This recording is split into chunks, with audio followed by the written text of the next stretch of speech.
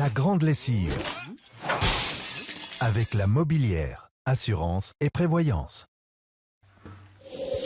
Bonsoir, ce soir on reçoit un humoriste roman qui présente son one-man show en Suisse allemande. On va parler de bruit et de musique. Attention, les deux choses ne sont pas liées. A tout de suite.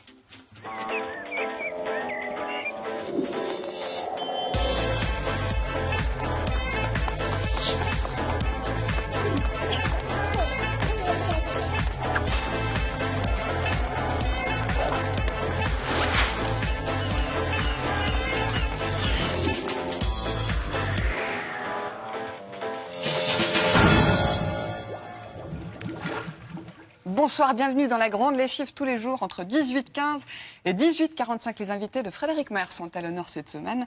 Bonsoir, Carlos Enriquez. Bonsoir, Maureen. Bonsoir, tout va bien? Ouais, tout va bien, tout Super. va parfait. Dit-il comme ça en se refermant direct. On n'a pas le droit de faire ça lorsqu'on est sur un plateau télé. Vous faites ce que vous voulez. Vous êtes neuchâtelois, on vous connaît évidemment pour les putsch, mais là maintenant vous passez... Pas neuchâtelois, je suis biennois.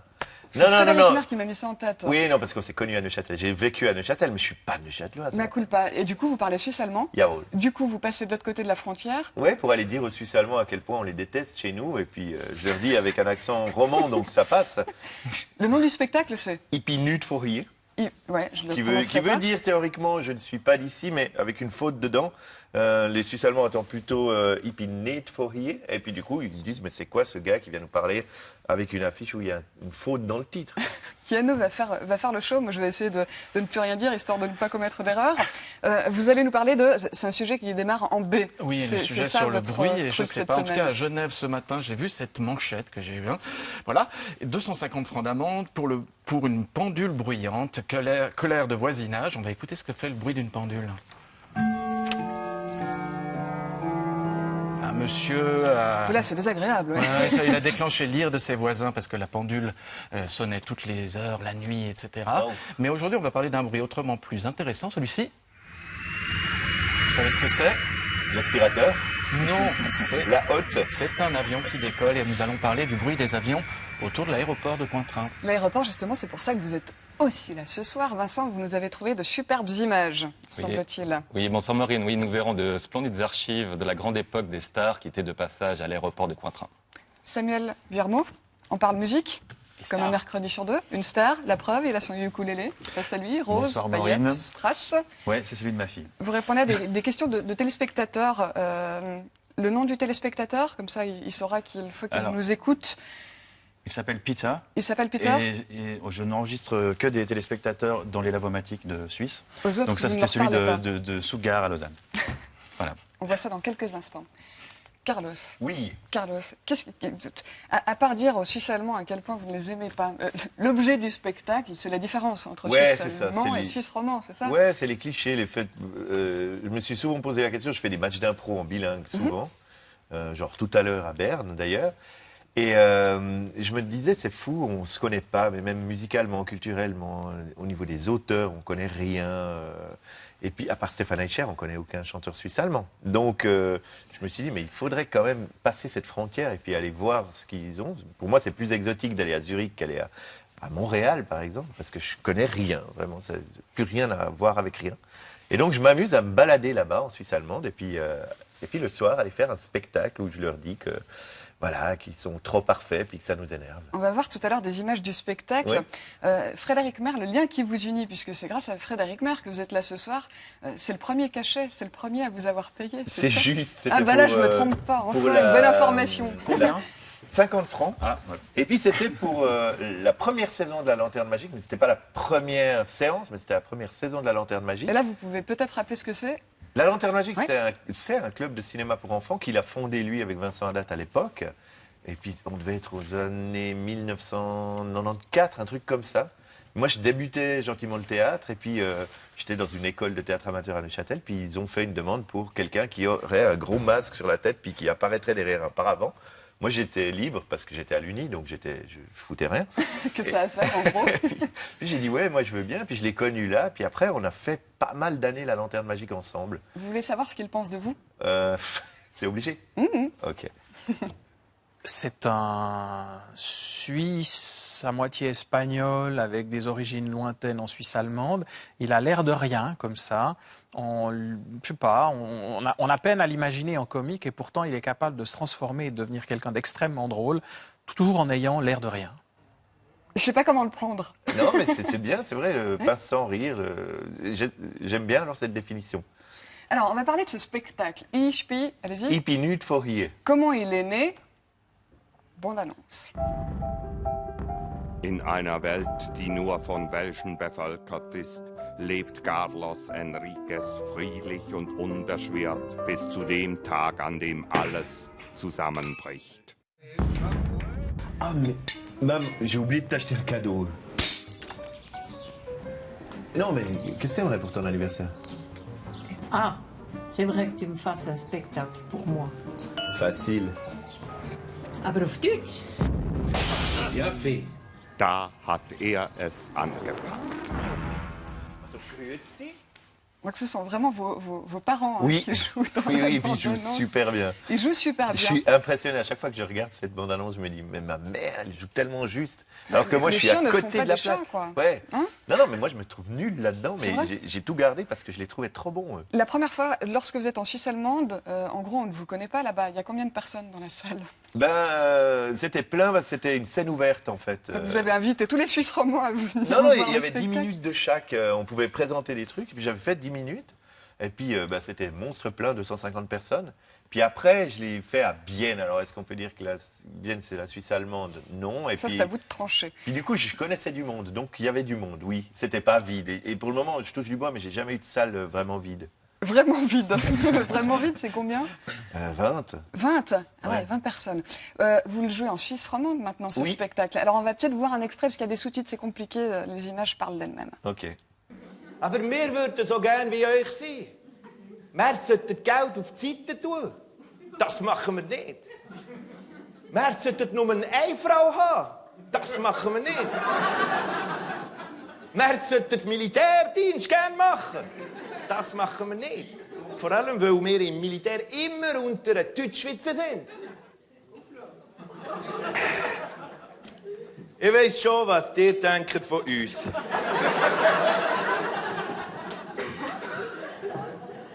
Roman haben ein Problem mit Alkohol.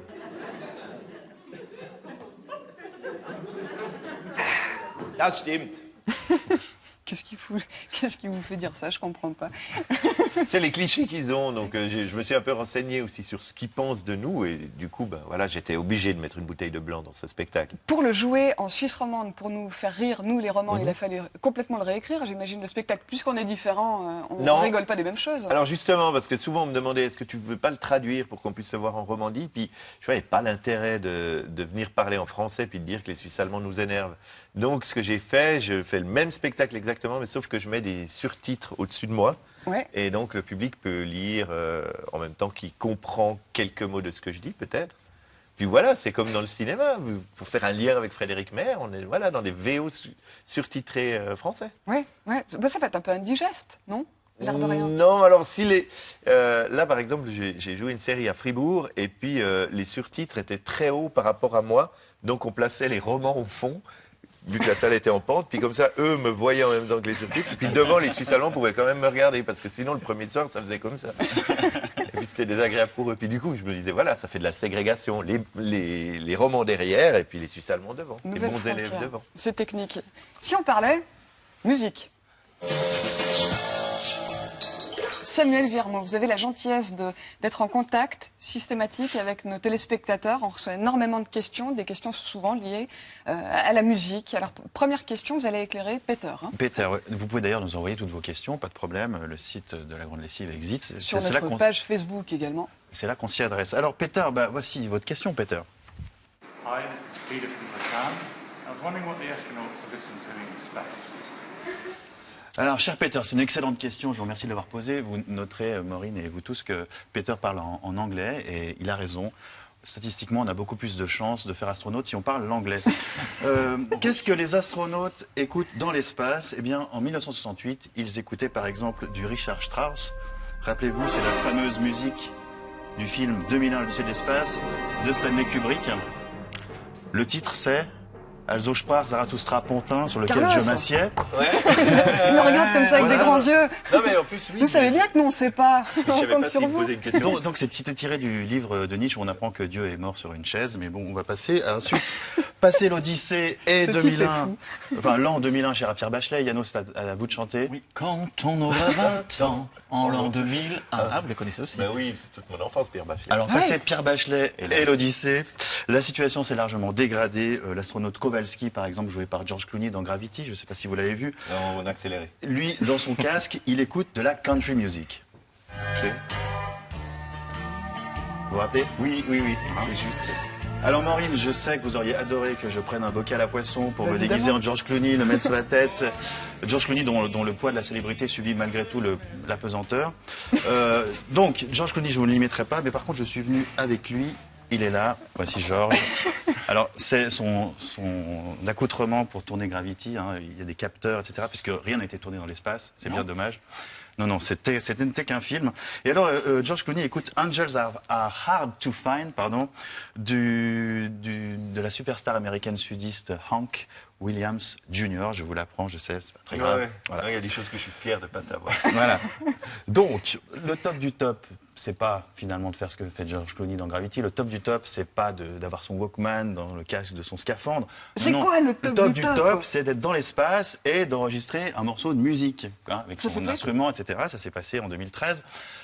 C'est donc Chris Hadfield, l'astronaute canadien, commandeur à l'époque de la Station spatiale internationale, qui s'est pris au jeu et a fait une reprise qui a cartonné sur le web du bien sûr mythique Space Oddity de David Bowie.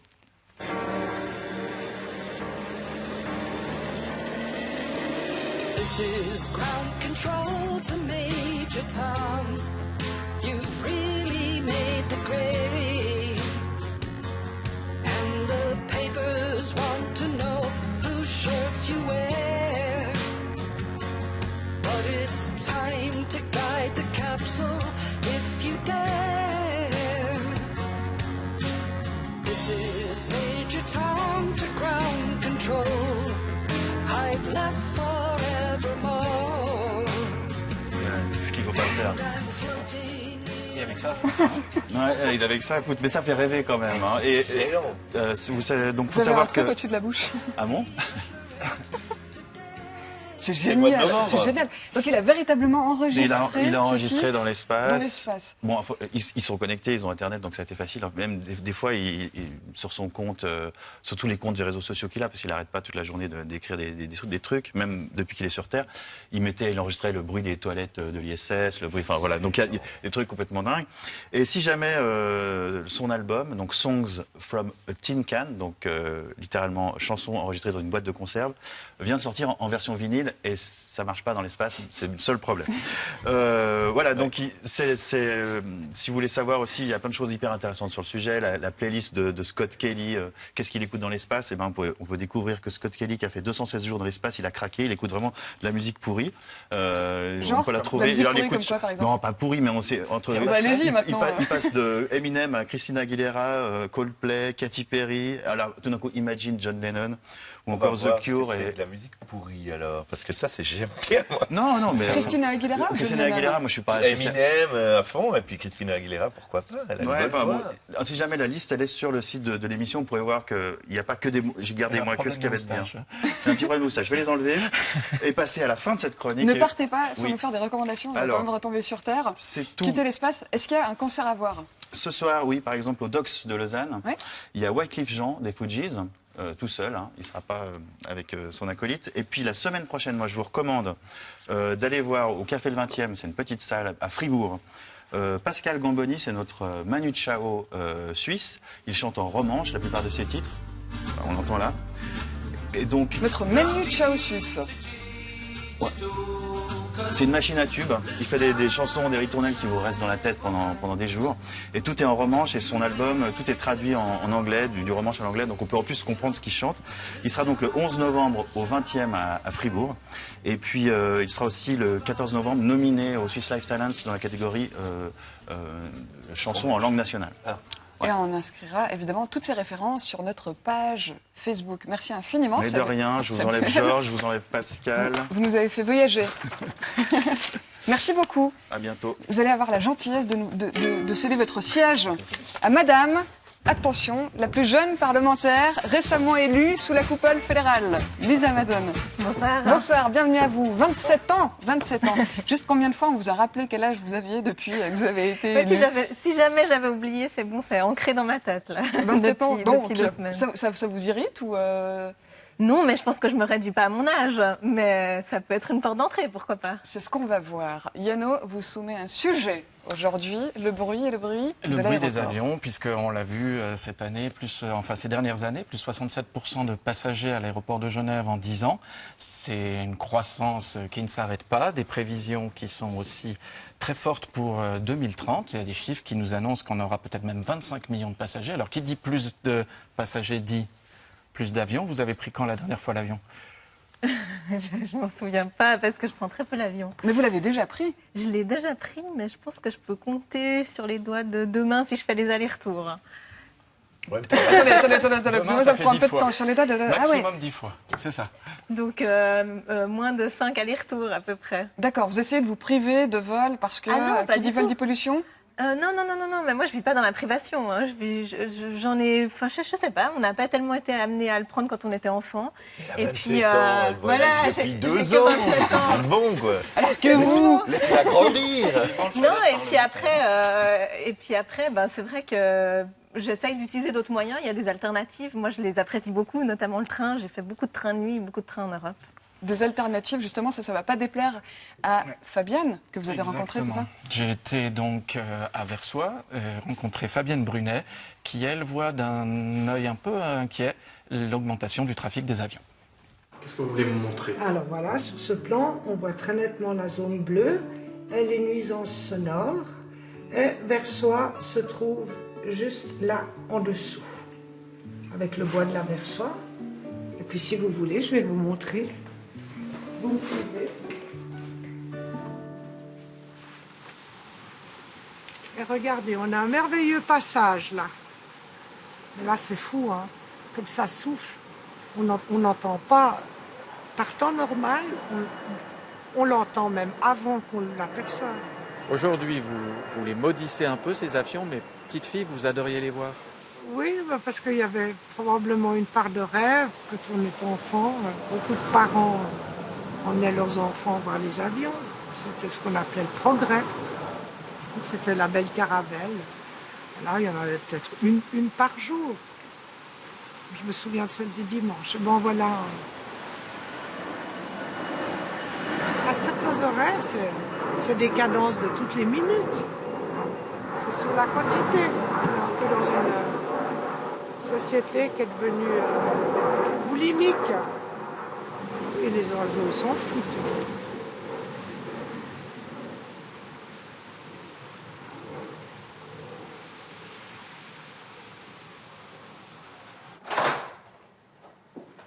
Le voyageur, par l'intermédiaire de l'aéroport, ça amène des fonds à l'État de Genève.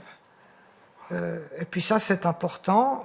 La santé des riverains, la pollution sonore et atmosphérique que ça engendre, ça, évidemment, que c'est moins important pour ceux qui nous dirigent, ceux qui mènent l'affaire.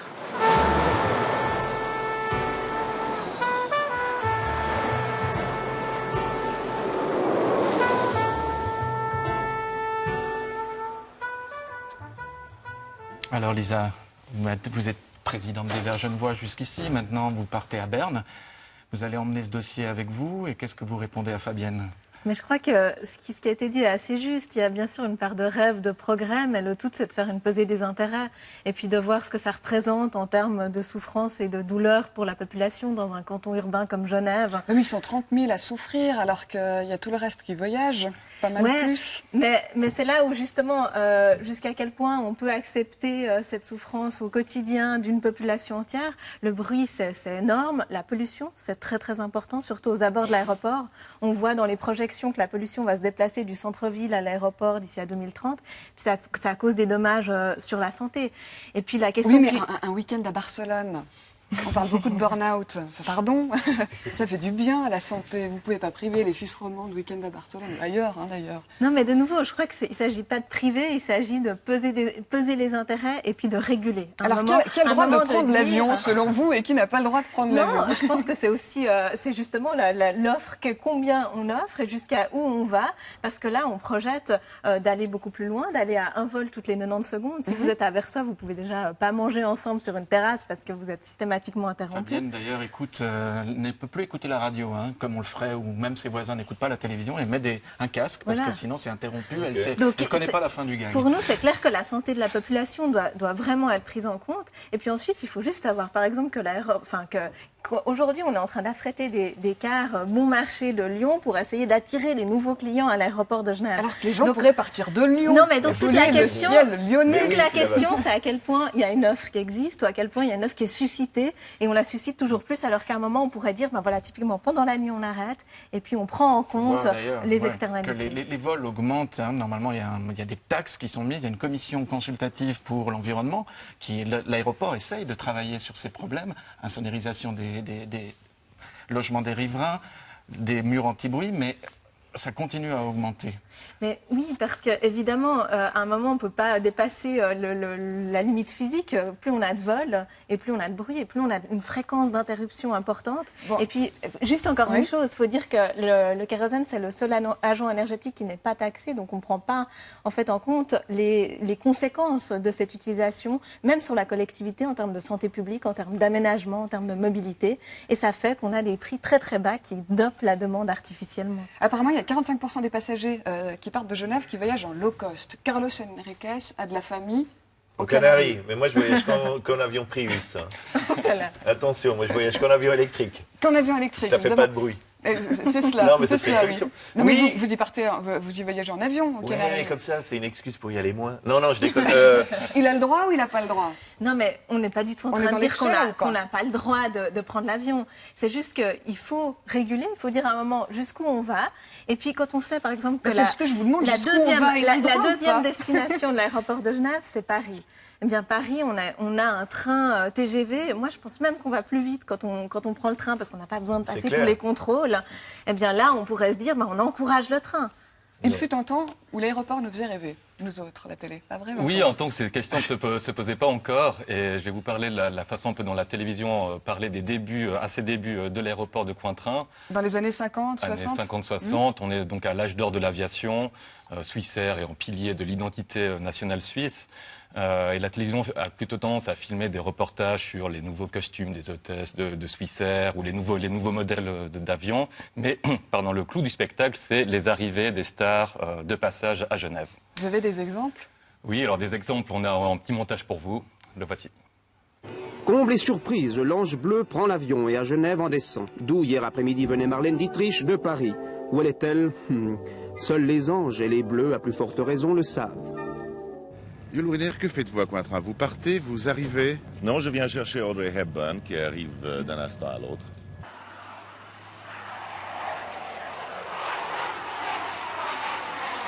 Est-ce que vous avez fait un bon voyage? Mais merveilleux. Est-ce que vous aurez l'occasion une fois de chanter pour le public suisse? J'ai rien à dire, ma chérie. Orson Welles. Belmondo et Hirsch Landress durant leur liaison. Et évidemment les Rolling Stones. Et on finit par De Funès. C'est les marches de Cannes, l'aéroport de Genève à ce moment-là. C'est tout à fait ça. D'ailleurs, pour la petite histoire, l'archive sur les Rolling Stones, elle est intéressante. Elle est datée de 64. Elle est intéressante parce qu'on voit Brian Jones, le guitariste qui décédera dans sa piscine quelques années après. Et c'est aussi la première fois où les Stones vont se produire hors du Royaume-Uni, sur le continent européen. Et c'est évidemment sur l'invitation d'un certain Claude Nobs, avant même la création du Montreux Jazz Festival. C'est la Rose d'Or. Ce jour-là, il ne va pas durer. Oui, Carlos? Il y a peut-être moins de contrôle douanier à l'époque. Enfin, je ne sais pas ce qu'ils ont amené. Qu'est-ce que vous voulez assumer? qui dit Rolling Stones dit, ouais, c'est ça. Ce genre, il va pas durer forcément, parce que maintenant il y a des gens comme vous et moi à l'aéroport. Enfin, Oui. par Carlos, je veux dire, grande star, et Lisa, le reste, franchement, rien de Et très après, final. dans les années 70, on va assister à une démocratisation de ce mode de transport. Il y a les vols charter apparaissent et la télévision suit un peu cette évolution en traitant de sujets beaucoup plus sérieux. Et on voit, on arrive les nuisances sonores, la pollution, voire même le terrorisme. Je crois qu'il y a une dizaine de détournements d'avions qui ont concerné l'aéroport de Genève-Cointrin. Mais ça doit qu'on vous met faire plus de plaisir. caméras sur le tarmac, hein, on n'y va plus, sans autorisation ad hoc. Lisa, ça doit vous faire plaisir quand même. Maintenant, on n'a plus besoin d'être riche, d'être star. Vous êtes de gauche pour prendre l'avion. Non, Ça mais a c'est du bon toujours, quand même, c'est toujours ce qu'on met l'aéroport. en avant, effectivement, vu que les prix ont baissé de manière artificielle, comme j'expliquais avant, eh bien, on se dit, ben voilà, on va pouvoir étendre ce mode de transport. Le tout, c'est de savoir jusqu'où, et puis est-ce que c'est vraiment une extension à beaucoup plus de monde, parce qu'il faut pouvoir se payer hein, le week-end par la suite. Est-ce que c'est pas simplement aussi une population qui prend beaucoup plus l'avion, mais une population quand même qui reste contenue, même si elle s'est un peu élargie. Et puis moi, je pense que justement, on a aussi un devoir de développer ces alternatives. Typiquement, peut-être le train de nuit, travailler aussi sur les prix des billets, vu qu'on parlait des prix et de l'attractivité de ce mode de transport. Eh bien, c'est clair que prendre le train, c'est encore très cher, alors que prendre l'avion a complètement chuté. Carlos, Oui. on va passer un petit moment rien que tous les deux. Sérieux L'interview, les yeux dans les yeux. Allez, loin. Est-ce que vous êtes d'accord avec tout ce que Lisa vient de dire? Est-ce que vous êtes écolo ou pas écolo? Oui, je suis écolo. Sérieusement? Ouais. Vous prenez l'avion pourtant. Ouais. Un humoriste qui fait une bonne blague, un humoriste qui n'est pas vous, ça vous énerve qu'il la Non. fasse cette bonne blague? Vous auriez pu y penser vous? Non, ça m'énerve pas, sauf en Suisse allemande, parce que je comprends pas en fait la blague souvent. Donc les gens rient dans la salle et puis je me dis mais quoi? Non, mais normalement je suis plutôt content, je suis plutôt bon public. Ouais. Votre spectacle, vous le représentez 15 fois par année, grosso modo, hein, depuis 3 ans. Ouais. Vous tournez comment? Là, je parle financièrement parlant. Ok. Non, mais je travaille énormément, mais pas forcément dans ce que vous voyez. Ça, c'est la partie visible de C'est-à-dire l'iceberg. Ben, par En exemple, fait, vous êtes comptable. Non, mais par exemple, quand il y a au niveau fédéral une fête qui se fait d'une boîte, d'une entreprise et comme ça, ils viennent facilement demander à un humoriste qui parle dans les deux langues. Donc voilà, ça c'est des choses qu'on ne voit pas. J'ai inauguré le bâtiment du bac, comment ça s'appelle, de la santé publique. Là, ils ont déménagé. Ben, je l'ai fait jeudi et puis c'était super. Il y avait un conseil fédéral et tout. Et on s'est bien marré en deux langues. Donc oui, ça c'est des choses que je communique pas forcément, mais qui sont là aussi. Puis les 15 fois par année, ben, ça fait une fois par mois, c'est ce qu'il faut, non? On va pas bosser plus. Lorsque vous vous êtes lancé dans ce spectacle, lorsque vous avez décidé de partir côté suisse alémanique, vous aviez un certain succès en Suisse romande. Vous avez Oui. peur à ce point-là du succès pour vous exiler pareillement? J'en ai pas besoin, plus que ça. Enfin, c'est pas, j'ai pas un ego énormément développé, je crois. Vous en avez peur du succès? Non. Non, parce que finalement, c'est une récompense pour nous dire que notre travail est bien fait. Donc, j'ai pas peur du succès. Mais par contre, je cours pas après. J'ai pas un plan de carrière. Frédéric le disait il y a 2 jours. Moi non plus, j'ai pas forcément un plan de carrière. Je me dis, ah ouais, je vais viser la Suisse allemande. Ça va m'ouvrir un marché. Non, je prends les choses comme elles viennent avec l'inspiration. Est-ce que vous êtes parti outre-Sarine aussi parce que les deux Vincent ratissent tout ici? Non, vraiment pas. Puis je me réjouis beaucoup de leur succès à fond. Et puis, non, il y a toujours de la place pour les autres. Vous les trouvez Et au drôles? contraire, oui. Et au contraire, je me dirais, si les deux Vincent, par exemple, ouvrent un créneau, ben, les autres derrière vont pouvoir aussi en profiter. Lorsqu'un humoriste est sur un plateau télé, forcément, il se dit, il faut que je sois drôle. Ouais. Bilan de votre performance ce soir, vous êtes content? Non, mais on n'était pas là pour ça. non, mais je cherche pas à faire des gags tout le temps. Hein. J'ai une vie où je suis pas tout le temps drôle non plus. Vous êtes sinistre dans la vie. Complètement. Merci beaucoup, Carlos. Merci à vous.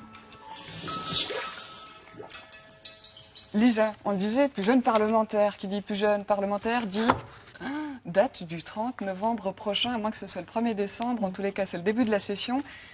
Qu'est-ce que vous allez faire là? Vous le savez ou pas? Ah oui, je le sais. Hein, oui, vous ça, pouvez le c'est dire aux clair. téléspectateurs, Je peux comme le ça dire, vous allez réunir un je peux public. partager ça avec eux, disons. Je vais prononcer le discours d'ouverture de la session parlementaire et donc d'ouverture de la législature. En allemand, forcément. Avec des bouts, des panachages, des bouts en allemand, des bouts en anglais. Non, je rigole. Vous allez dire quoi? Vous allez... Non, en bon allemand. En bon allemand, mais j'aimerais aussi parler en romanche. Ouais, ok. Vous allez parler quoi? De l'aéroport? Non, je pense que je vais faire un discours plus large, mais je vous réserve la surprise. C'est cela. pour Non, mais vous l'avez écrit encourager ou pas? à Vous allez... Je suis en train de l'écrire. Est-ce que vous pourriez lui donner des cours de suisse allemand? Parce que, faut le dire clairement, c'est un de vos défis, en fait. Vous parlez allemand comme moi. J'imagine. J'imagine. Des vieux restes scolaires, pas plus que ça. Exactement, en tout cas, je potasse. Ouais, ça peut être une reconversion, pourquoi pas, ouais. Je vais apprendre le suisse allemand au parlementaire roman et l'inverse, hein, le roman au parlementaire suisse allemand. Et l'humour aussi, Et au parlementaire. Ah, mais ça, il y en a pas mal qui en ont. Ça fera pas de mal, peut-être. Ouais. Ben voilà, je vous ai trouvé un nouveau boulot. Voilà. Le cours de suisse allemand. Cours d'allemand pour Lisa.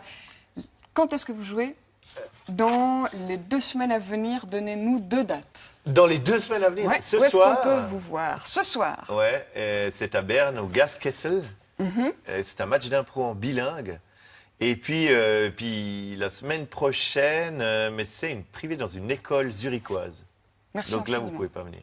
Non, mais bon. Par contre, Il y aura d'autres dates sur le site. on y Sur le mettra. site, et puis j'ai un deuxième spectacle qui s'appelle Vide-grenier, qui est que écrit pour les romans, en fait, pour l'instant, et qui passera à Genève, je vous dis juste, le 12-13 février et à Renan le 24 mars. C'est noté. Merci infiniment. Merci à vous, Lisa. Merci. Vincent. Yana, on vous retrouve demain avec un sujet en B. Et si vous y arrivez, je vous offre une B. Bypass gastrique. Parfait. Merci à vous tous. Demain, la grande lessive, 18h15. Rendez-vous demain. Ciao.